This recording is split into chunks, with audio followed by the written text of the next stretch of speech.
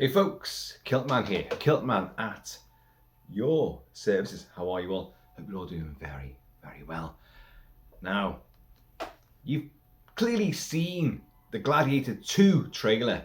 It dropped a few days ago, and I would have been all over this like a swarm of ants, but I've been busy this week. Busy. So, you've seen it, you've digested it, you've heard the atrocious Kanye West and Jay-Z crap rap song, which ruined the whole bloody thing. But now we're going to talk about it. Now, Gladiator from 2000, Ridley Scott, of course, Russell Crowe, a film which it changed my life massively. And I don't say that this sort of thing like oh, just throw away. Oh, movies really change your life. Well, in my lifetime, movies have changed me emotionally, physically, because I've tried to become these guys. I'm fucking tattooed with Gladiator there. I bought an entire costume from Gladiator worn by Russell Crowe. I have an entire costume. It cost a lot of money before it won the Oscars, because then it would have cost even more money. But hey, I love Gladiator, and there's a real big reason why I haven't covered it on the channel. I have reviewed it many times on other media platforms, but I haven't done it on this channel because I'm terrified of going back into that whole Gladiator mindset, because it did change me a lot, and a lot of good stuff happened, a lot of bad stuff happened, and I didn't want to go back to it all, so I've never covered it on the channel. And then bloody Ridley Scott. Oh, Ridley, you won't let go, will you? I'm going to do a sequel to it. Jesus Christ. Fucking, what's he up to? Ridley roids. He is Roidal Scott, isn't he? I'll be dead within 10 years. But I'm going to make a movie every day. He's still got his Bee Gees movie. He's still got a fucking Western he's trying to do. And yeah, Gladiator 2 was always on the cards. How? Maximus died. He's dead. He's in the afterlife. He's going to meet his wife and his son. And that's it. Job done. Well, no, not quite. Now, before we even get on to this version, there was another version. There were several versions mooted to try to do another Gladiator sequel. And on the face of things, just setting more movies in the Colosseum in ancient Rome. Colosseum, the Flavian Amphitheatre. It was never called the Colosseum back in those days. It had its own name.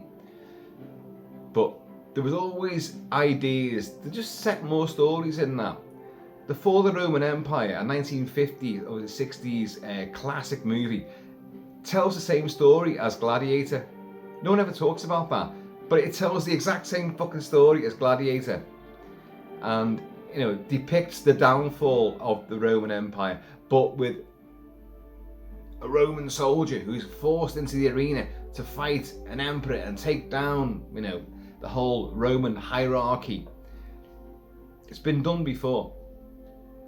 But telling stories in the arena, Spartacus, of course, Spartacus, and the TV offshoot, which is Sam Raimi. Oh my God, that is absolutely fantastic. So it can be done, but Gladiator from 2000, Russell Crowe, Jaimin Hansu, Derek Jacobi, Oliver Reed, Richard Harris. What a cast! Fabulous movie, fabulous score, great energetic set pieces, and a really moving emotional storyline as well. But it came to a conclusion. Rome will be a republic again. Do you accept this honor I've given upon you? Caesar, with all my heart, no. Maximus, that is why it must be you. It's beautiful. It's poetic. It's vengeance filled. It's very tragic, massively tragic. And it plays hocus pocus with historical accuracy. But we know Ridley Scott doesn't give two shits about historical accuracy. Look at Napoleon. or rather don't. What a load of shite that was. And this is my problem with Ridley Scott these days. The last 10 years, more in fact, Prometheus onwards, barring one movie, American Gangster, they've all been shit. I've absolutely hated pretty much everything he's done since Prometheus onwards. Oh yeah, The Last Duel, and oh god, that fucking House of Gucci, what a load of garbage. Napoleon, absolute wank. Alien Covenant, just stop it. Hang on a minute, we're slightly on an angle here, aren't we? A bit of a slight angle there. Like someone has just clipped me with a Gladiator and not me a Kilter. Look at that. Not whiskey, it's Super Bock. Super Bock. From Portugal, apparently. Cheers, y'all. But Gladiator was lightning in a bottle. It was a big historical epic with an up-and-coming superstar. Russell Crowe was on the ascension, and his sheer persona, his presence, his intensity made that movie. Hans Zimmer's score made that movie. The locations and the epic scope of it made that movie. And it ushered in a whole new genre of sword and sandal epics. Kingdom of Heaven, Ridley Scott again. Troy, Centurion, and many others. There were Hercules, there were plenty of, let's get swords and shields out again. Let's go clanging and let's do all that kind of crap again. And it worked for a while. But then the bubble burst, and then Marvel took over, and it was superheroes, capes, and spandex, and that's meant to be. There should have been some claws coming out there, but I couldn't quite do the effect there, could I? But Marvel took over. But Ridley still works at making these big epic movies, and he's a dedicated guy. But I wish he'd stop. I genuinely do wish he'd stop. Anyway, I love Gladiator, and there's no sequel you could possibly do to it. Maximus is dead, and the whole point is that, which is wrong, historically it's wrong, but Marcus Aurelius, Rome should be a republic again. We should give Rome back to the people and all this. But Maximus, you have not been to Rome. You have not seen how corrupt it's become, because he's the Spaniard. Just wants to go back to his farm and his vineyard, and tend his crops. Fat chance of that, mate. Oops a daisy, They're gonna come for you and your wife and the son. But it depicts kind of like the end of Rome, and like the games, the Colosseum, and all the arena shenanigans will stop at the end of Gladiator. That's kind of it. Free my men, and I like it. Rome. Rome should go back to the public again. I forgot his last words are. God almighty, I've forgotten them now. But everything's meant to be great and everything's wonderful again. He's met Connie Nielsen, the mother of Lucius Vera, and and that's the story of this movie. But Maximus goes off into the afterlife, and everything's happy. He meets his wife and son in the afterlife. His hand, not his hand, not Russell Crowe's hand. It was a double doing the hand, going for the wheat sheaves and all that kind of stuff, and going off to meet them in this halcyon afterlife. So, how can you make a sequel? Well, it was attempted several times. One of the most interesting, it could never have happened, and I'm happy it never did happen. But Nick Cave and the Bad Seeds, Nick Cave, yes, and a great singer-songwriter, and also a great scriptwriter as well. The Proposition, anybody? He wrote a script called, I think it was called Maximus, Maximus Through the Ages. And Maximus had gone like a force ghost into the afterlife, and the gods, the Roman gods, go, no, you're too good to be up here. You're a great fighter. You're like Rocky Balboa mixed with Apollo Creed and Clubber Lang and Thunderlips all rolled in together. Go back down to earth and fight forevermore. So you'd see him going through the ages, fighting in the Crusades, in the First World War, Second World War, Vietnam. And it was a big, huge, bizarre, fantastical epic. It was never going to get made, but it was written at a time when Russell Crowe hadn't become the huge fat fucking pork pie eating bastard that he is now. You know, scooting around, you know, Rome on a Lambretta, doing the Pope's good work, exorcising demons. No. He would have still been fit enough to have done this, but that never happened. So, and it was such a preposterous idea to begin with. So that gets kiboshed. More ideas come out. Well, but why? Why? The Maximus story was told. Gladiator was a lock, stock, and fucking finished bloody thing. The whole thing was done. Beginning, middle, end. That's it. It's gone. How can you do a sequel to it? I said before, you can do movies in the arena with other gladiators, but they're not. Why would they be tied to Gladiator? But it's a franchise, isn't it? It's a big name, so we've got to do it. And they've done it. Ridley Scott has done it with another, I think the guy's name is Scarpa, which is a very Roman name, Scarpa. And they've done this version now, and it comes out in the UK. It comes out November 15th, and which is before the US. And the trailer dropped a couple of days ago, and yeah, it is absurdly huge, epic in scope, full of battles, blood, snot, violence, sweat, chaos, and the arena. And you know, I'd fought long and hard against this because I knew what Gladiator, the first film, had done to me.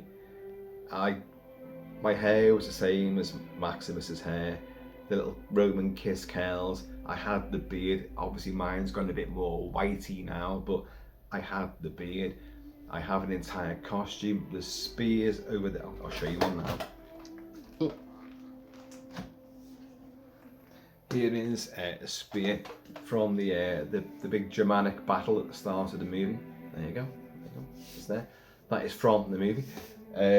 There's a replica of the Sparta, the cavalry, the long cavalry sword, but I have the gladius that he used in the chain fight. I have the entire costume that Russell Crowe wore in the chain fight. I've shown this before, and I'll show it again. The toga with the yellow daub of paint, denoting a coward. The belt, the boots, and I have been out in town wearing the boots that Russell Crowe wore in that sequence. And before you go, oh no, you haven't. No, Russell Crowe said at the time, no, none of my costumes are ever going to be sold off. I've got them all. He lied. He was talking shite. Everything got shipped off to the London prop house. Everything. And I got, before the film won the Oscars, I got that costume. Boots, toga, belt, sword. And the sword is amazing. It's dented, it's battle used. It's aluminium blade, but they were using that. There's dents and chips in it. There's blood stained down the blade, and there is Tunisian. Not Tunisian. It's Moroccan. They filmed that sequence, the chain fight, where he's chained to Juba, Jaimin Hansu, who's meant to be in this movie, but I have heard since that he couldn't do it because of, well, he just couldn't do it. He was scheduled elsewhere. But his name still comes up on the cast list, so I don't know if he's going to be there or not.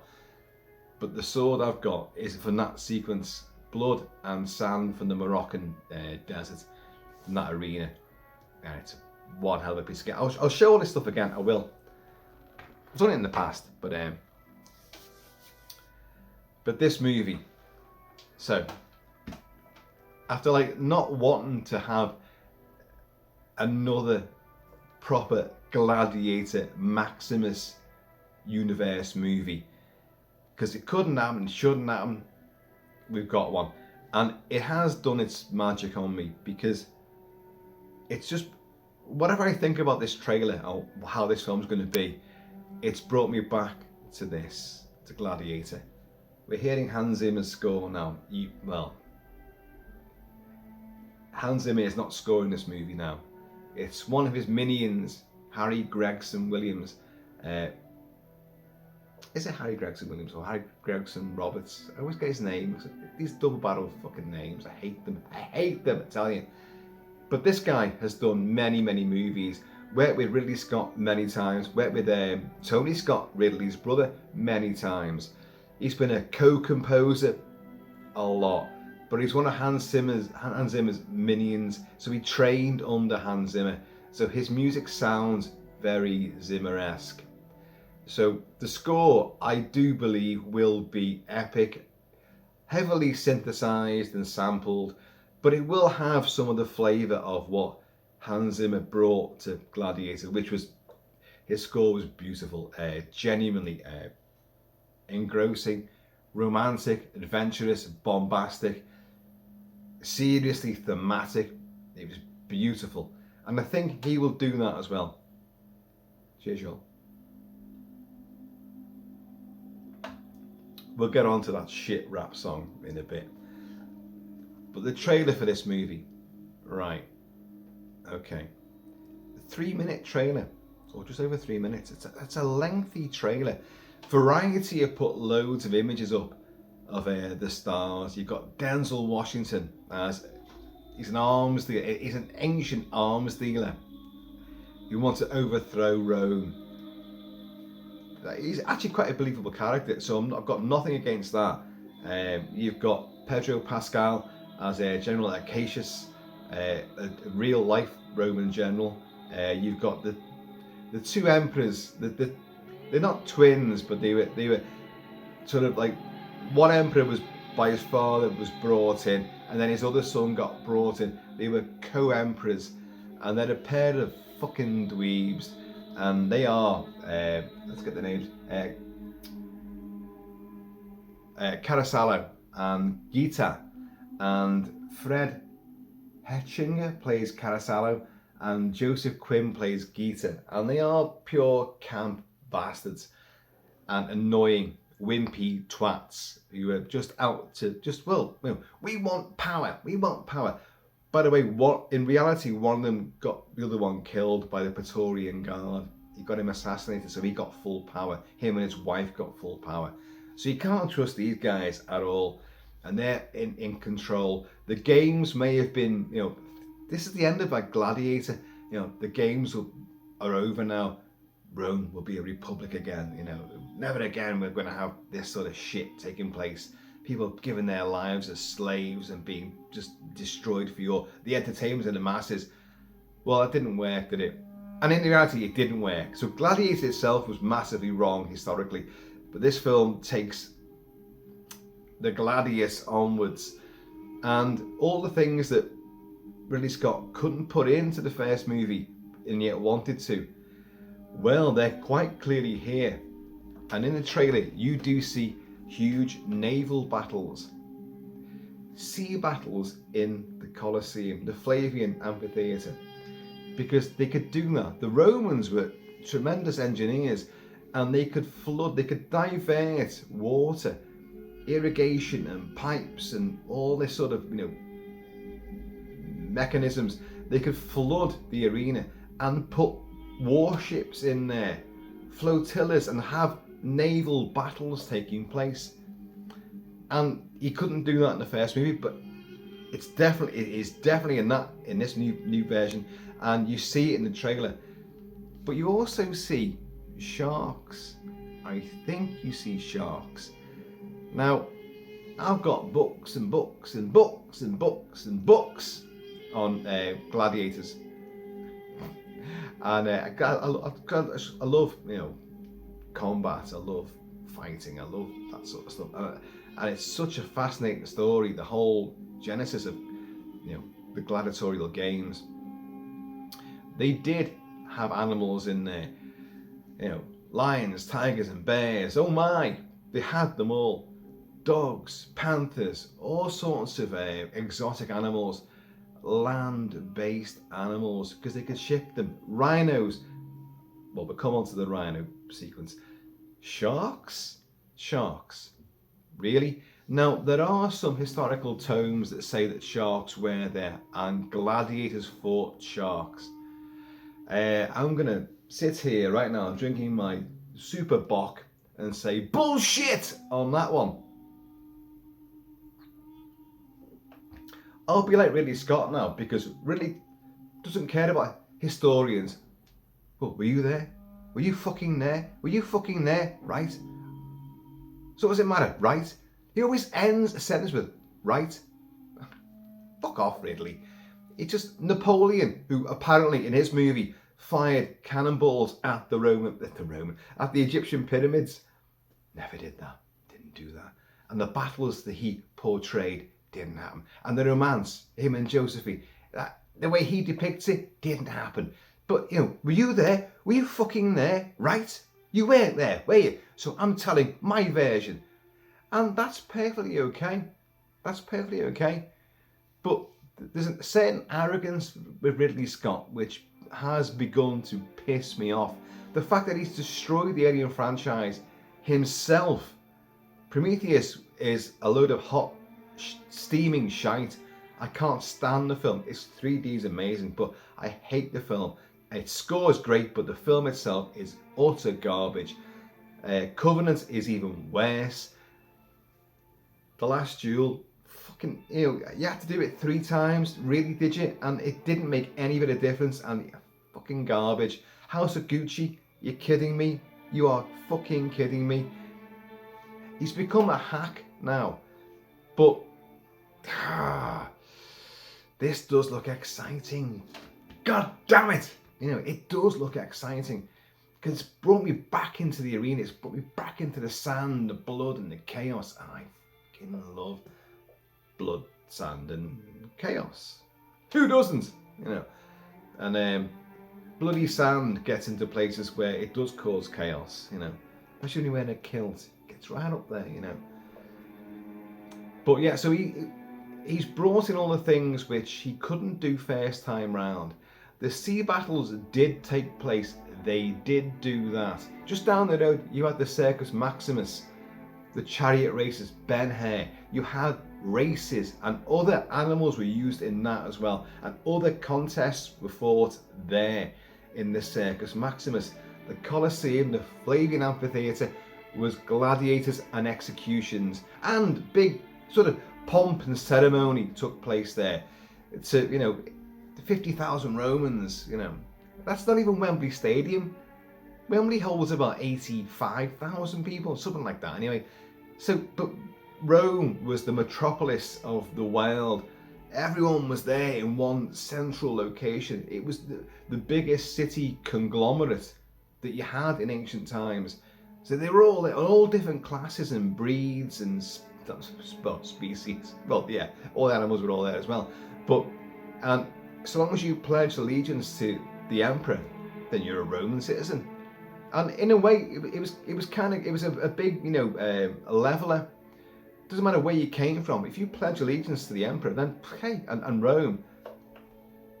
Senatum Populusque Romanum, the Senate and people of Rome, and I'm tattooed with it as well. If you go to Rome now, it just means the fucking Roman Council, by the way. As happened to me when I was there, topless walking, which was actually illegal. You're not meant to do that in Rome. At least you weren't when I was there. But I was fucking strutting around with Mr. Kilt-Man, hey, giving it loads. And people were coming out from the side, just going babbling in Italian, and I'm pointing to this, and I'm pointing to an overflowing drain or a leaking gutter, and I'm like, what the fuck? I'm a tourist, I'm Scottish, Scottish-ish, Scouse Scottish, and another Brit come over here and no. That means Roman Council. They think you're working with a council and they're complaining, can you come and fix these things?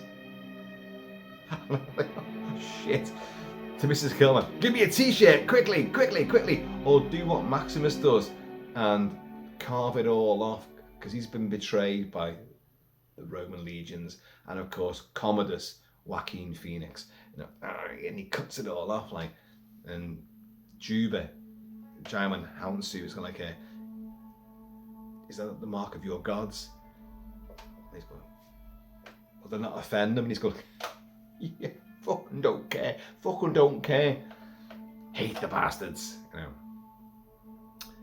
So yeah, Ridley Scott gets a chance to now do the things he couldn't do in the first movie, the rhino fight. In the trailer, you do see a great, Andapatarian, the heavily armoured gladiators, Andabatai, they have massive armour and big ornate helmets and all that. And they're bigger guys. They're not to be out there to be executed. They're there to go out and kill people and be really amazing and tremendous and get the crowd, you know. And this guy comes out riding on a rhino with a blood-stained horn, and yeah, it's the first movie on steroids.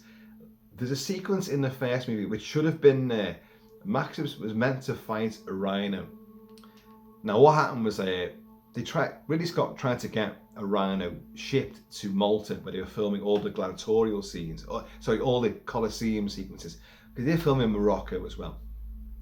And one guy said to him, I can get a rhino there, but by the way, I've got to let you know that once you let these things go, you can't stop them. And Ridley suddenly thought, yeah, maybe I don't know, I've been a bit too presumptuous, right? You know.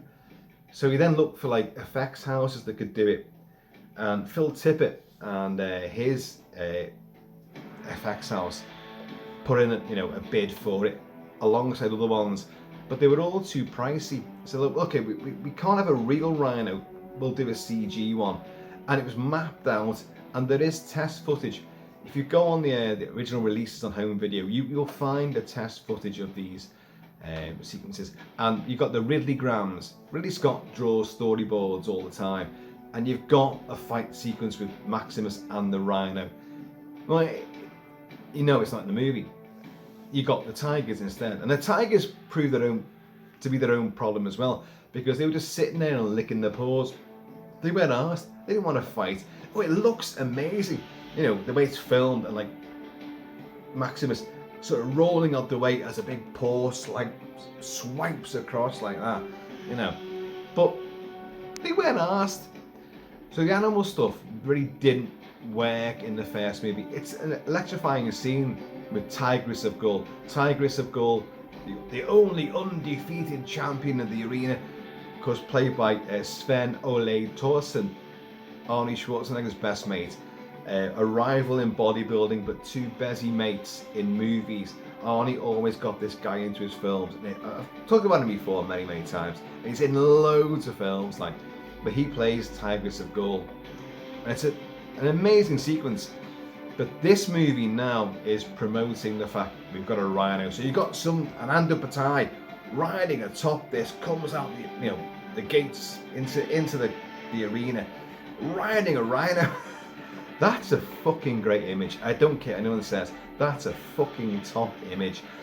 And you have, okay, we don't have Maximus. You have Paul Mescal playing Lucius Verus, who is Connie Nielsen's son, who you met in the first movie. Yeah. I like you, Spaniard. I will cheer for you. He's the little lad.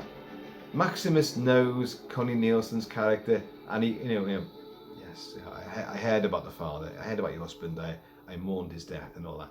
Yeah. He's been fucking banging in, hasn't he? There's always a weird thing, is Lucius Maximus's son as well?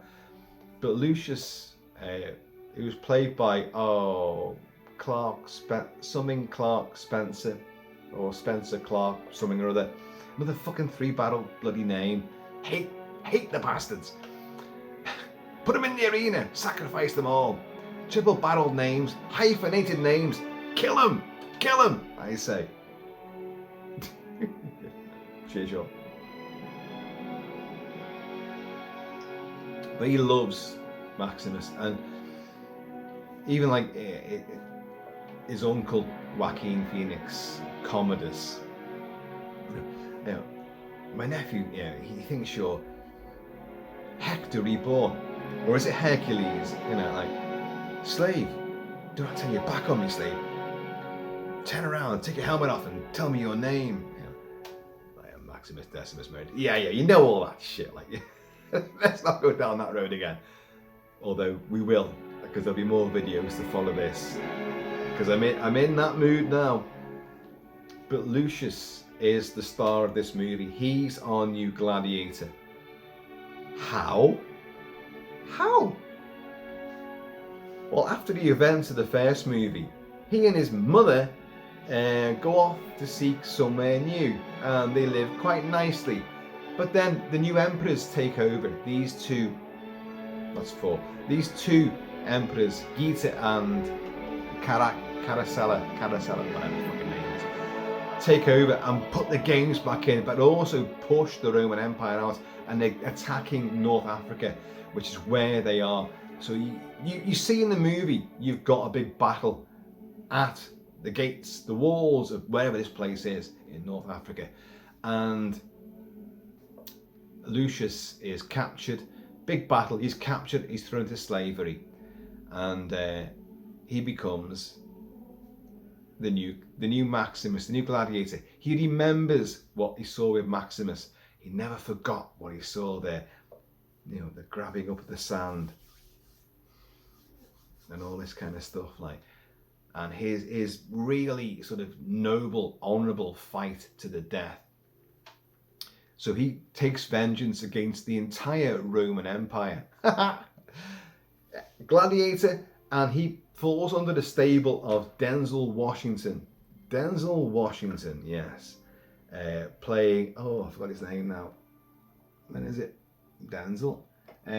Macrinus, or Macrinus? Macrinus, probably. Who's an arms dealer. You know, he's selling all sorts of weaponry, cannon, well, catapults, ballista, and other weapons, swords, and everything to the Roman Empire, or at the highest bidder. But he's clearly harbouring desires to destroy the Roman Empire. Whatever his reasons are, I'm sure we're going to find them out. But he's political. He's a swine. He's also he owns gladiators. He has a huge stable of gladiators, like Proximo, Oliver Reed from the first movie. By the way, just a little aside, if you watch the extended cut, which you should do, of Gladiator, there is a scene of two Praetorian guards who are used as just, look, the guys that let Maximus escape, well, they all died. But we've got to set an example to the Praetorian that Maximus is out there, and I've got to set an example to you guys. Don't fucking fail me ever again. Well, the two guys that get executed on a firing squad of archers, and Commodus is there between them, and they're all like, well, my mate Adam Levy is the guy there. Adam Levy, well, he won't let me say, he's got a big nose, curly hair. A lot of TV shows in the UK as well. He's the one guy that speaks in that sequence, because Commodus speaks to the two guys who are about to be executed. These two poor, pawns who've been brought out to be made an example of, and they get quilled with arrows. Well, that's my mate. Yeah, it's a family friend of ours, Adam Levy. Adam Levy, you were there. Well, he tells a story of Oliver Reed, that in Malta, where all of Oliver Reed's scenes were filmed. Oliver Reed was a larger-than-life character. God, he doesn't need no introduction from me, obviously. And I've got one of these. Ollie would have about 5, 6 of these and downed them all in the time it takes me to tell you this story. You're at the same bar in Malta every night, every day. When he wasn't filming, he'd be there 24/7. When he was filming, he'd film and then go back there. But what he would do, this is what Adam told me, he said he took everybody out who was not one of the stars of the movie. He wouldn't take out Ridley Scott, producers, anyone like that. He would take out the extras and the stunt people. Come to this bar and all your drinks are on me and your food's on me. your tapas, everything is on me. It's all on me. And he told stories, he fell off his stool all the time. He didn't pick any fights with them, but he was, no one would argue with him, put it that way. But he was so full of stories and anecdotes, and they loved and he hung on every word. And you would do, he's buying all your ale for you. And he was there when he fell off the stool that final time and died. But Adam Levy's in the movie, the final cut, the extended cut. So I've got a lot of stuff about Gladiator. That's why it means so much to me. I got tattooed with it. I've got so much stuff, arrowheads, spears, well, the costume, everything. And as I say, I spent years as Maximus and going out and recreating scenes and doing stuff in, well, let's save that for another video. I did a lot of things. I purely became Maximus, or tried to anyway.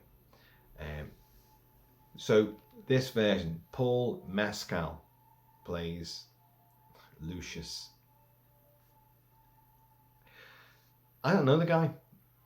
You guys might. I do not know him at all. He was in a show, a TV show called Normal People, where apparently he did great stuff. I don't know. I can't tell. He's not built up. Going to admit, Russell Crowe wasn't built either. Russell Crowe had just done The Insider, and playing that guy, he piled on the. Russell Crowe does this, but Russell Crowe can do that because he's a fucking greedy bastard. You know, when he played Captain Aubrey for Master and Commander, he was meant to put on a bit of weight as well, even though he was an action daring do, you know, seafaring naval captain. But he did pile the pounds on. He said, for me, the larder was always open. But of course, now we see him these days, he's a fat bastard. He's a fat fucker. But Jeffrey Wigand was the real life guy that he plays in The Insider. And he was huge. And Ridley Scott said to him, like, don't lose all of that, because gladiators, and he was right about this, a gladiator has a level of fat on their body. Oh yeah, they might be big fucking brawny sons of bitches. Of course they are. But I've said this before in other videos that, you know, a sword slash, a hack, if you've got a bit of meat on your arm, it's not going to hit arteries or severe veins. You might have armor on or whatever you've got. That extra poundage of flesh is an armor in itself. So he said, like, no, don't want you to trim down too much. So he'd gone from a fat guy playing Jeffrey Wigand and slimmed down a bit, but he's still carrying a bit of pork on him. So we all go, oh, he looks so great, didn't he? Well, he's actually, if he'd done it now, if he'd done that movie now, he'd be fucking ripped and buffed and fucking pure Ridley roids be going through him, and he'd be fucking absolutely striated. Well, and he's not. And it's more realistic that way. Still looks fucking amazing. Well, this guy, Paul Mescal, he ain't got he's got no physique at all. None! No. Look at the trailer. You see him running up the steps, going into the fucking Colosseum, like the arena. And like, yeah, he looks alright. Lighting, shadow. Plays a hell of a lot. And a bit of, like, you know, put a bit of masking, you know, a bit of dark sort of shading around certain musculature to enhance things.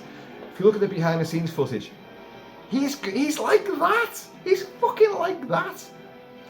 Not a problem. I don't want to sound like I'm knocking that. That's not a problem at all. But I don't know this guy.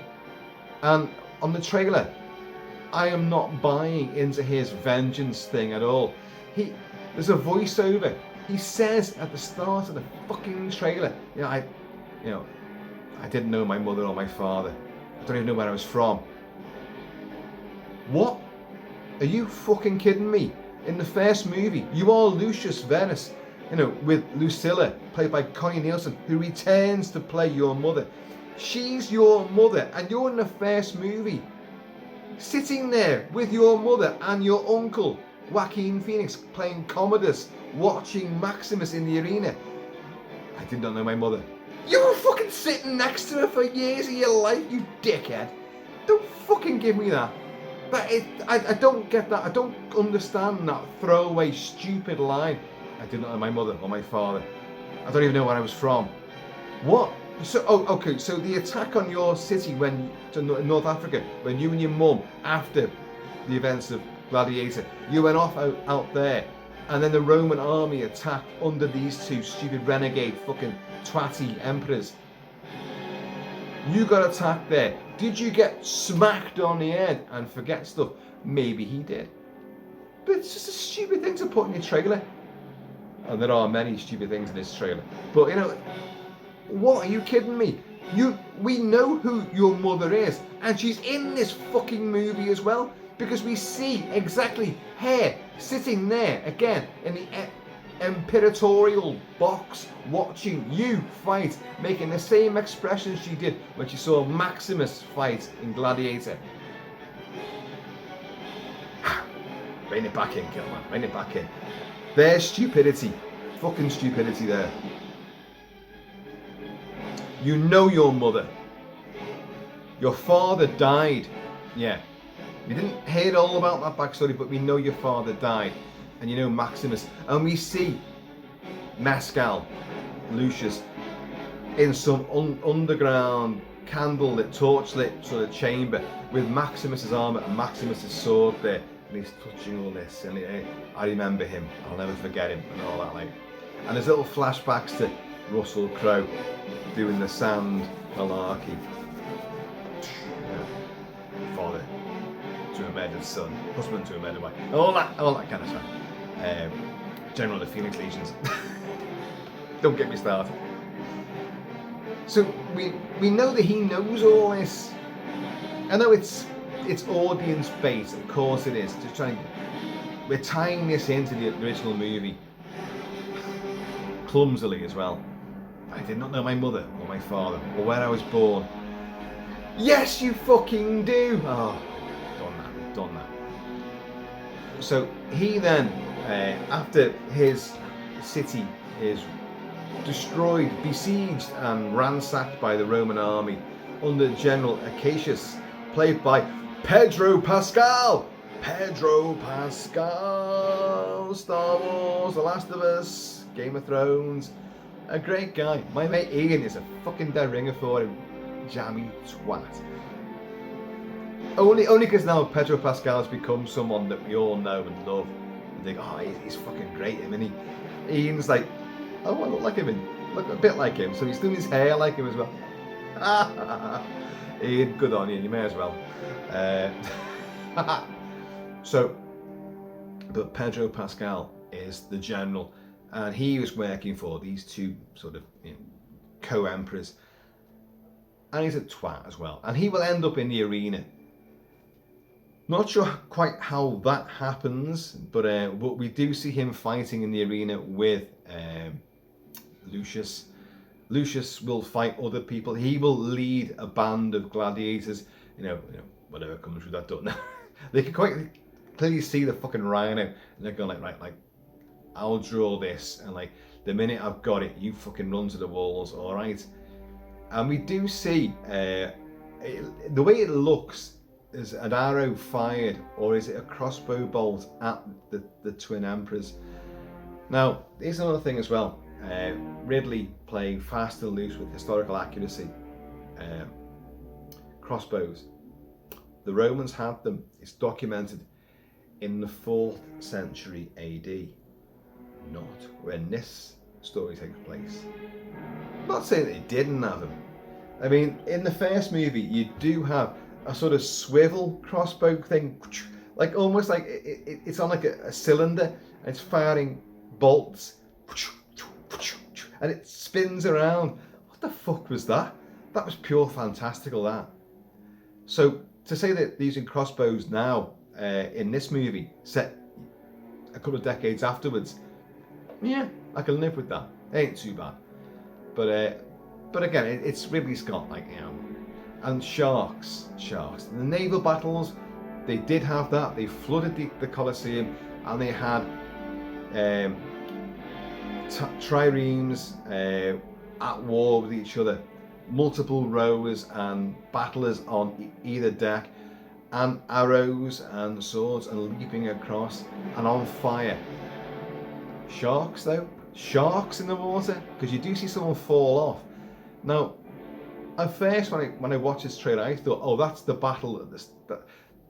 That's the battle where they're attacking the North African city, and they're coming up on the coast, and someone's gone over, hit the arrow, goes over, and the shark takes him out.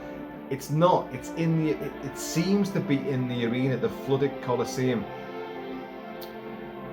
Well, I'm not buying that. You've got rhinos, lions, tigers, bears, and fucking ocelots, and all sorts of other land-based animals.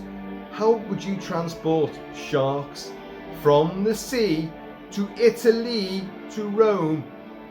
You can't. To this day, we can't keep a great white in captivity. We can't do it. We've got sharks in captivity, but back in those days, you'd have to have a huge bloody, and it'd be a wood-locked aquarium, transported by elephants and all sorts across hundreds of miles of desert and land, with sharks in it. You've got to keep them alive, feed them, and they've got to swim around. Shark stop swimming, it dies. Its gills have got to keep working. So it's fucking bollocks. Now, I'll be honest, I've got tons of books and all this, and some do say, yeah, oh, they fought sharks and rhinos. I'm crying absolute bullshit and bollocks on the shark scenario. You didn't get sharks across the land. You did not do that. So I'm not having that at all. But it will look good though in the movie. It will. It'll be exciting. Of course it will. In Gladiator, Ridley Scott and his fight choreographers, whose names I have now forgotten, of course, they did great stuff. A fight of 87 moves, which Russell Crowe always talked about. Russell Crowe gave some bullshit story about he swiveled his bicep muscle around and was laid up. Swiveled his bicep around. Okay. There's a bicep there. There's a bicep. Swiveled it round. This is connected by tendons and ligaments all the way around. You can't swivel it round. It doesn't happen. But he talks about it a lot. I swiveled my bicep and I was out of action for at least 3 or 4 days. It took several cases of beer to put me in the right state to fight again. You can't turn it round. It doesn't turn round. And don't you medical people out there comment below and say like, well, actually you can. No, you can't. It's connected. The entire arm would have to be taken off and put back on the other way around. So your hand would be up here and your fucking shoulder would be down there somewhere. So no way. Russell Crowe, you're a liar, sir. You are. And a knobhead. I love Russell Crowe, but he's a complete and utter cunt as well. This is a guy that headbutted one of his biggest fans in a nightclub one time. Very well documented. And he's done many other things as well. The guy only came up and said like, oh yeah, and tried to buy him a drink. And he turned on and fucking headbutted him. And his fan then turned around and battered Russell Crowe. Imagine that, meeting your hero, and your hero is a twat to you. So you end up beating the shit out of him.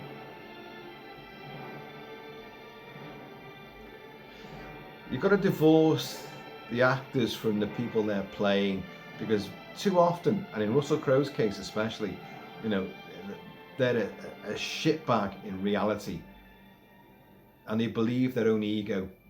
But they're great. They are great talent. They are superb on camera, but in reality, they're just the dregs. They really are. And Russell Crowe proved that time and time again. It all went to his head. Gets the Oscar, and it fucking destroyed him. But he's still a great actor. That's the annoying thing, Because if I ever met him, it's Victoria Bitter is what he drinks, or so he says. He said like he got crates of Victoria Bitter VB shipped out to Malta and Morocco. That's all I ever drink. Oh, Yeah, it's all kidology. Like, oh, Kilt-Man just drinks whiskey all day long. Yeah, I do. But I also have now found this.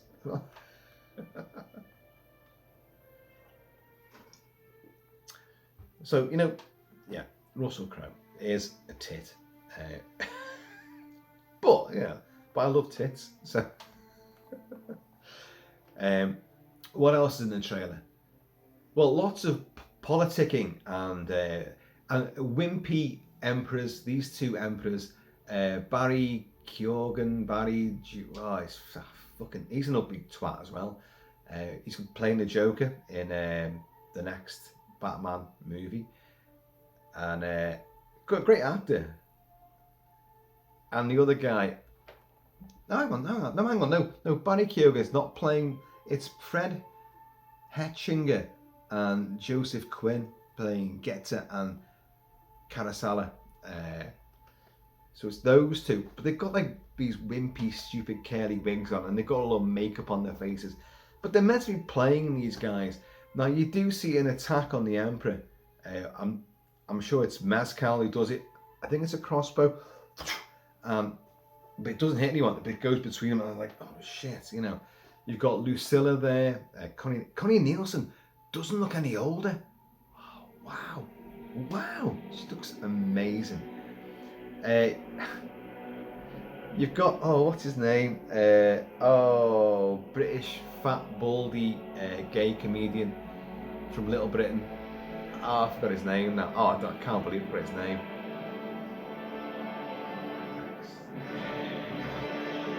Forgot his name. He's meant to be in the movie as well, although a lot of TV interviews he did in the last sort of, not few months, but sort of back end of last year, he was always on TV shows, and they were going, we believe you're in Gladiator 2. And he said, well, I filmed some scenes. I've been out there in Morocco and Malta, but whether my scenes make it into the movie or not, I don't know. What's his sodding name? But he's a great comic, great comedian, wonderful actor as well. It'd be great to see him in it, to be honest. So, who else have we got? Derek Jacobi returns. Derek Jacobi from I, Claudius. Oh my God, way back. I, Claudius was a BBC Roman epic TV show.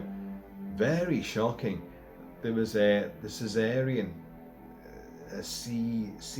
Caesarian birth sequence, which the woman was chained up, and they did it, and oh my God, for a small child watching it, it was pretty horrific, I can tell you. And but he had a lisp, a stutter as Claudius, and Derek Jacobi is an amazing actor, stage actor. He was also in Frasier as well, playing a faded stage actor who ended up making like a sort of a really low-level 80s, 90s sort of sci-fi TV show.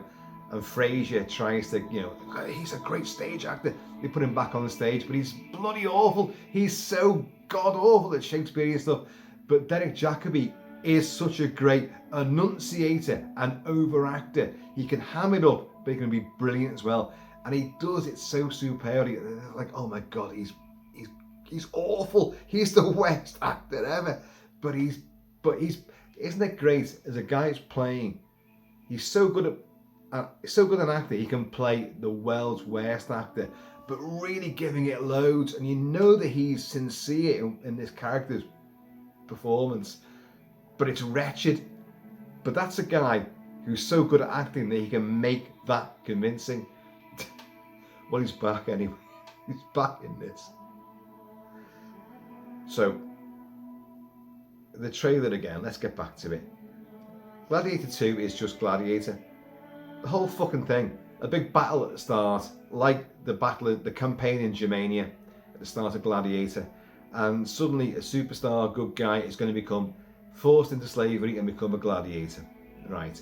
He's going to fall under the thrall of a superstar owner, which was Proximo, Oliver Reed in the first movie. It's now Denzel Washington in this one. And Denzel Washington wants to overthrow the Roman Empire. So he sees there's rage in you. I want to use that rage. You know, whose head, there's a quote here, whose head have I got to give you to kill that rage? It's like the head of all the Roman legions, the Roman army. And he's like, that's too much, you know. But this is what he wants, because, you know, Lucius wants vengeance upon the Romans and the emperors. And my dog has just come shuffling back in now. There she is, just there. And but then he obviously gets trained. There's a couple of scenes they're training, like, you know, you've got a big meaty guy, I'm the big trainer, and like you know, you guys are just die in the arena, and he fucking smacks dog slurping water there. He smacks Paul Mescal, Lucius, but I think in the scene afterwards, Lucius then smacks this guy back in the face, and then you see like Denzel Washington's like, yeah, there's something about you. You've got rage in you. I could use you. You're going to be great. But Denzel wants to take over the overthrow. The husky's choking. She's gulped too much water down. She's choking now. He wants to take over the Roman Empire, and this film will depict I think, the beginning of the end of the Roman Empire. The barbarian hordes coming in. Now, in reality, the barbarian hordes, it took centuries of assimilation. The barbarians didn't batter down the walls of Rome. It was just assimilation. And the Roman identity became eroded and became multicultural. It was just the emperor society, the Senate, was eroded and was taken away. It took centuries. It wasn't a big campaign. Got a feeling that Ridley Scott will try to do that though. And other films have done that, depicted it as if it was like a huge big battle and Rome was set on fire. Well, it did burn. Nero watched as Rome burned. Well, yeah, and again, that's not entirely true either. It took a long time. History in cinema is always written wrongly, but it's done cinematically, and we love it. We love it.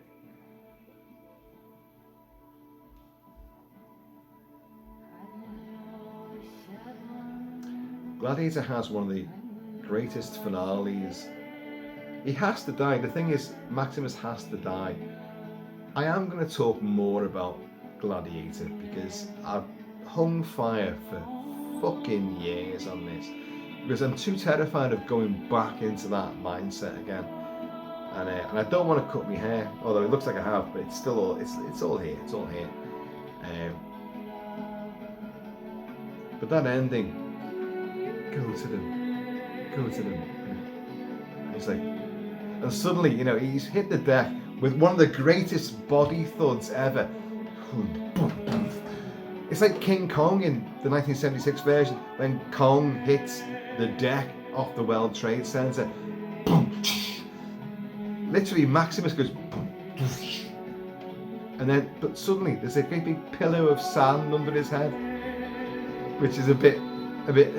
That wasn't there a minute ago. Where'd that come from? But go to them. I mean, it's like he's in his moments of like dying, and he sees his wife and his son, and then he comes back and like, Russell Crowe owns it. His performances are extraordinarily intense, beautifully tragic. He's really in the moment in every single element of that movie. His rage is there, his contempt, his anger, his seething for vengeance, but his love for Marcus Aurelius, his love for his wife and his son, you know, and even meeting Lucius as well, who's going to be the star of this bloody movie. You know, it's like Gladiator, you know, and they're at the cage bars and all that. Like, these are my horses. This is Argento. This is Sparta. You know what that means? It's It's Silver and Trigger from famous, Western horses, Western hero horses. This is Argento, this is Sparta. But your father lets you watch the games. Oh, my father's dead. What's your name? Lucius Ferris. And like Maximus are like, shit, because you're part of the fucking Emperor stuff, like, and I can't be seen because I'm meant to be dead, aren't I? It's wonderful stuff. It is wonderful. But he forms a bond with this kid because he's lost his own child. And then you got Maximus comes back. He breaks free from Commodus and the Praetorian Guard who were meant to assassinate him, and he has that horrendous homecoming. Let's fucking find that. Let's do this. I've got all the music from Gladiator.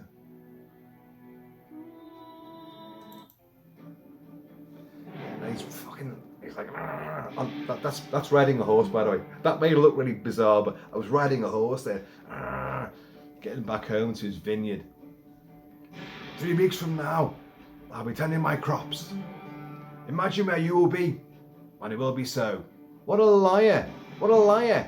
Now, Maximus is general of the fucking Felix Legions, commander of the armies of the north. After the Germania campaign, he can fuck off. He can quit and go home to his wife and son, who hasn't seen for like 3 summers or whatever it is. But he tells all his cavalrymen, imagine where you will be, and it'll be so. Liar! They're career soldiers. They've got another 36 years, whatever, 25 years to 30 years, you would have to serve in the Roman army. So they're not going anywhere. Imagine where you'll be. Doesn't matter, because you'll still be fucking here fighting. So he's lying, but it's a great pep talk. It's a great leader inspiring his men. But of course he gets betrayed. Marcus Aurelius is killed by his own son. And he gets set up. Fucking bugs out. And gets home, but of course the Praetorian bastards have got there before him. And they've not only just, murdered his wife and son. Oh, why do it? Gladiator's got a lot of faults to it. The actual story itself is riddled with narrative stupidity. Why would they do it? Why would they go and kill his wife and son? What difference does that fucking make? But he goes there, and of course they're hanging there, and they've both been burned. And Russell Crowe delivers a huge snot bubble, from his nose, and he's crying over the burnt, charred foot of his wife, and the snot is there. Well, as you guys know, when you cry, snot does tend to come out. And he went, look, I'm going to do this. I'm going to snot bubble everywhere. I'm going to make this convincing. Slave, you will remove your helmet and tell me your name.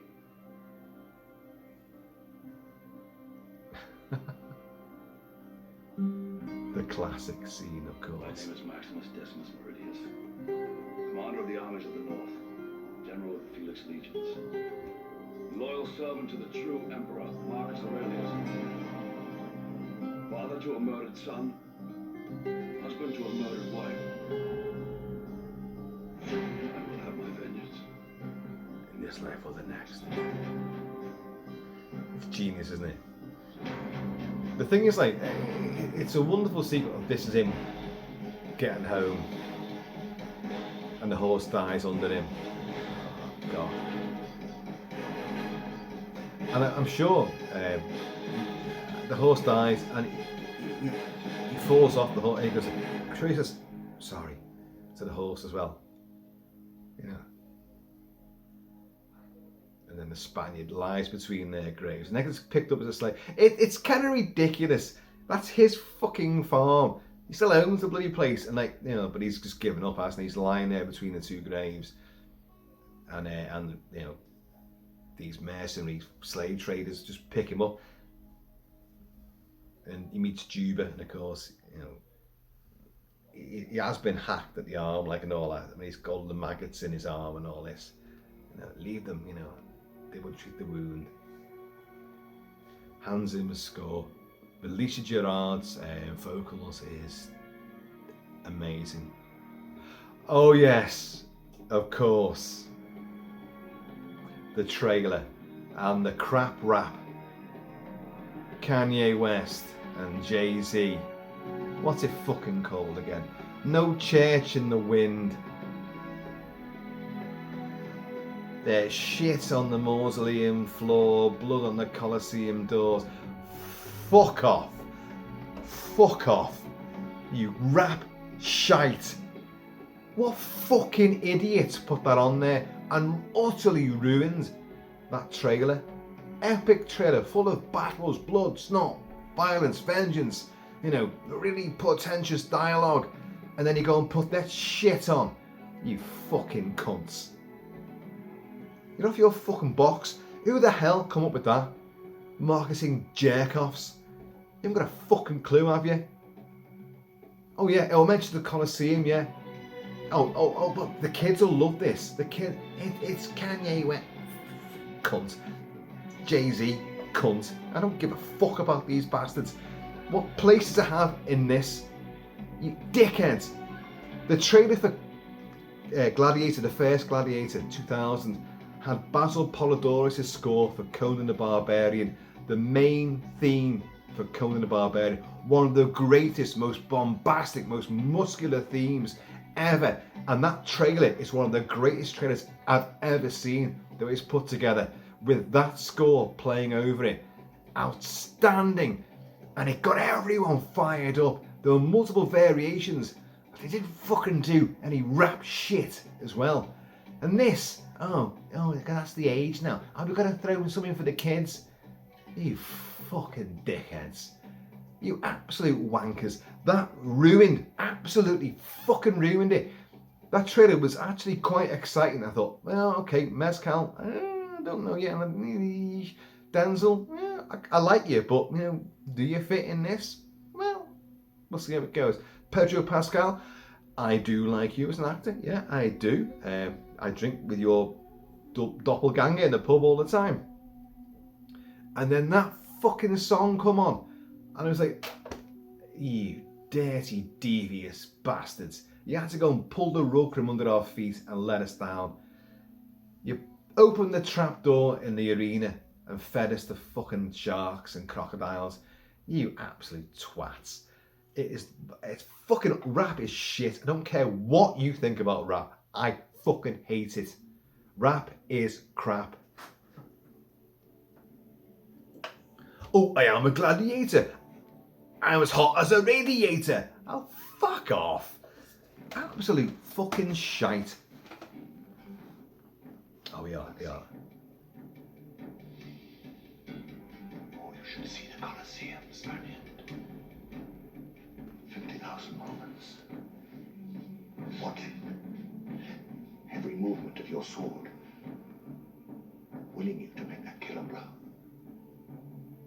Zimmer score. You strike. The noise afterwards. It rises like a storm. As if you were the thunder god himself. You were a gladiator. Yes, I was.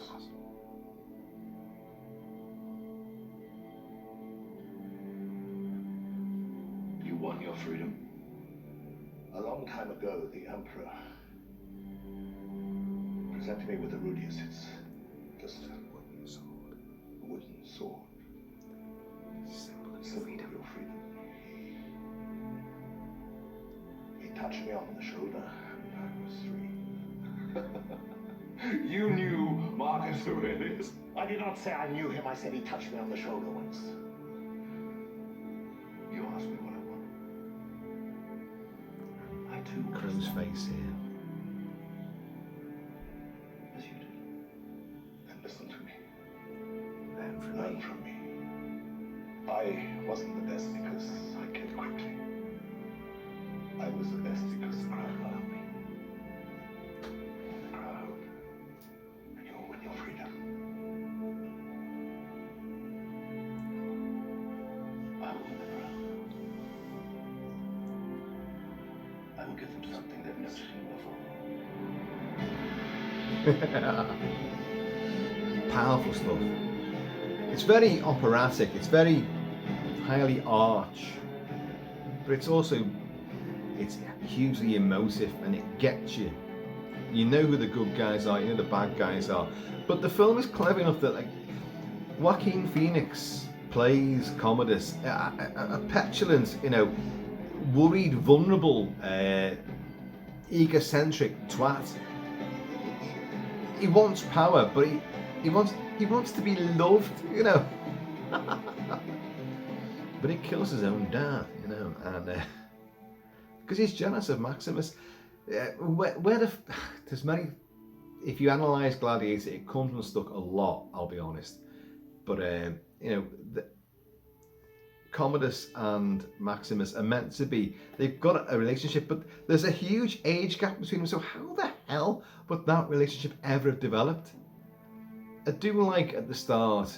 They're after the Germania battle with the great Chick Allen from Clan Ranald up in Scotland, where I did some HEMA training, axes and knives and bow and arrow. Wasn't so good with the bow and arrow, but swords and axes I was pretty good with.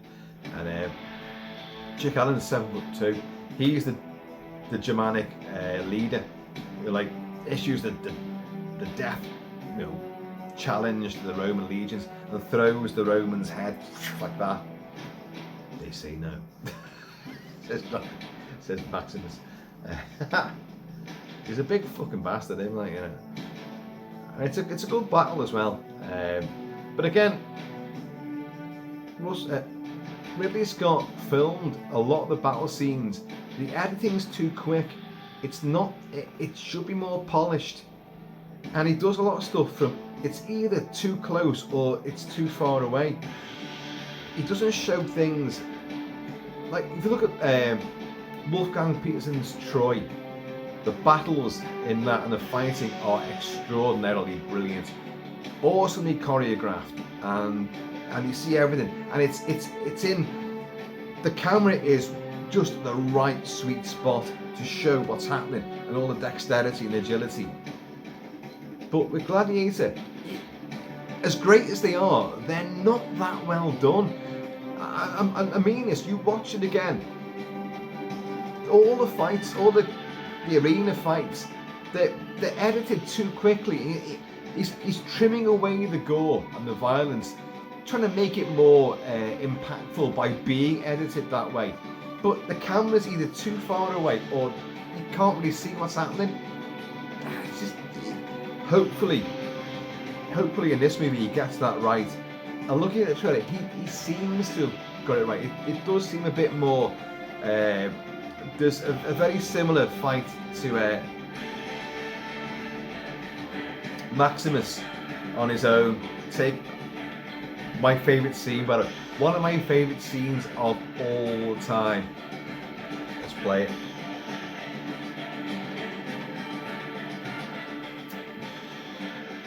Proximo says to Maximus like nothing.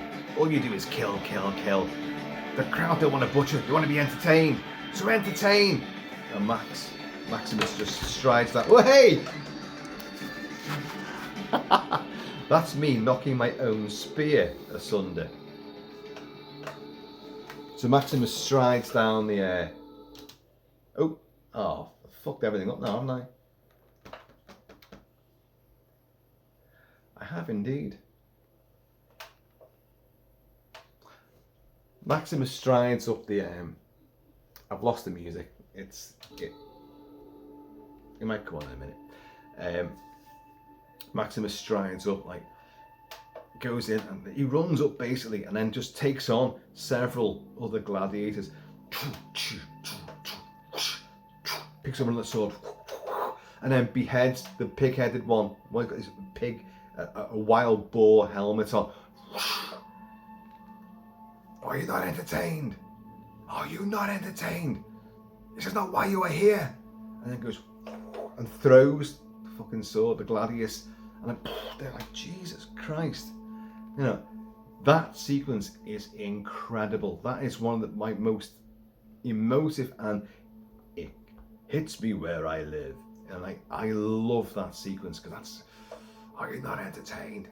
Yeah, of course. But it's his defiance against them. which of course leads into like a Gladiator. You're good, but you're not great, you know. Then listen to me, learn from me. The speech you just heard, and it is outstanding. But that sequence is incredible. Will we get something akin to that in this? I don't know. Folks, I have wrought havoc on my own set and the screen has gone off, so I can't even see what to play next. The screen's gone completely blank. You see, this Germanic spear has wrought some damage.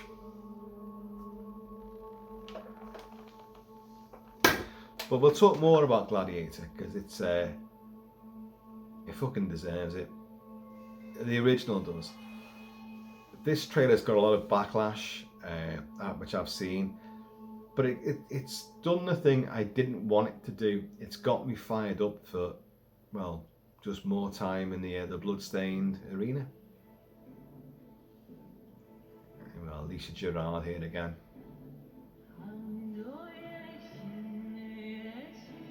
I suspect the score will be decent.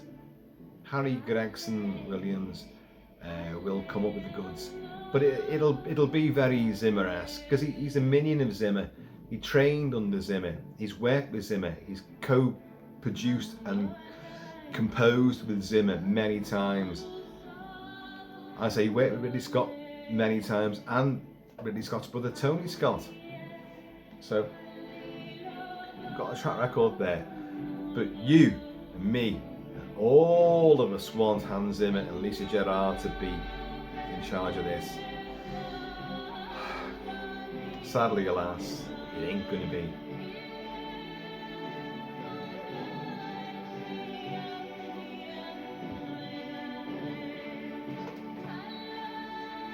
Yeah, I can't believe I've knocked the screen off.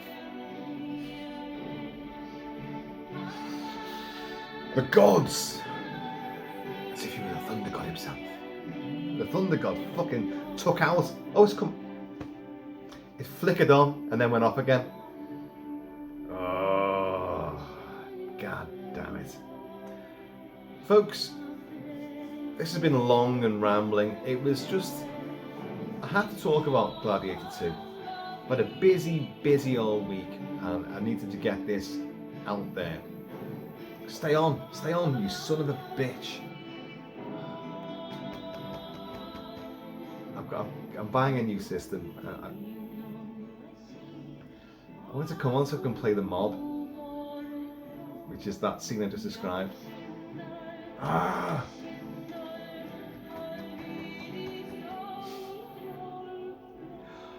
There's nothing worse than a 55-year-old man fighting with a bit of tech. Because I'm bound to lose.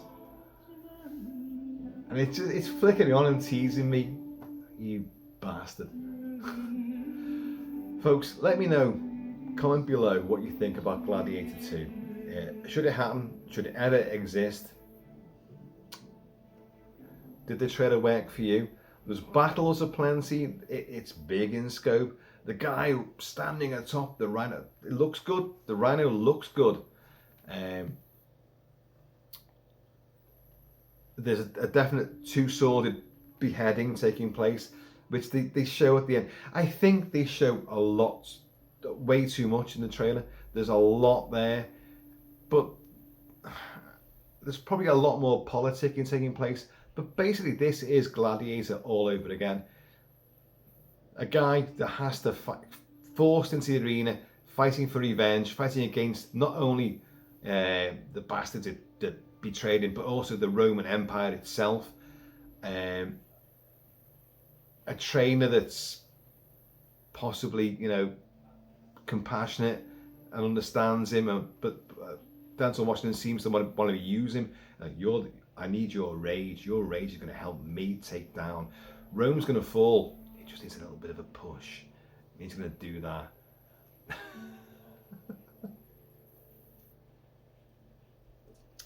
I can't believe I screwed up this fucking thing by getting excited. Oh, come on, come on, come on. Oh, you bastard.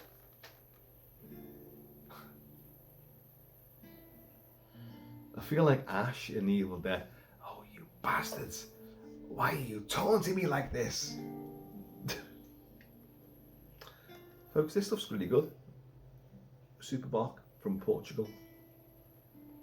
To my Portuguese friends out there. Cheers. No, it's not going to come on. Folks, I have been always shall be Kilt-Man. Please, in the meantime, in this ever like emperor baiting in between time, come what may. Lions, tigers, bears, oh my, I don't care. Sharks, really, really? I'm going to take you all on. I've got hopes for it. Gladiator 2. That make any sense? Not high hopes. I've got hopes for it. I just don't think Ridley Scott's got it in him anymore to deliver a great movie. Visually, this looks impressive, but if he's knocking them out so quickly, how can how could the quality still be there? The writing, the music, performances. Is he really on the ball? Is he really, totally, I don't know. I hope so. The film shouldn't exist. It shouldn't, but it does, and it's coming out. And we get first in the UK. Hey, I will be reporting more about Gladiator 2, but I will also be reporting more on Gladiator. I've got to do a lot more on that. I've got to show you the costume as well, haven't I? So folks, anyway, please, strengthen honor. And I'm going to see you all.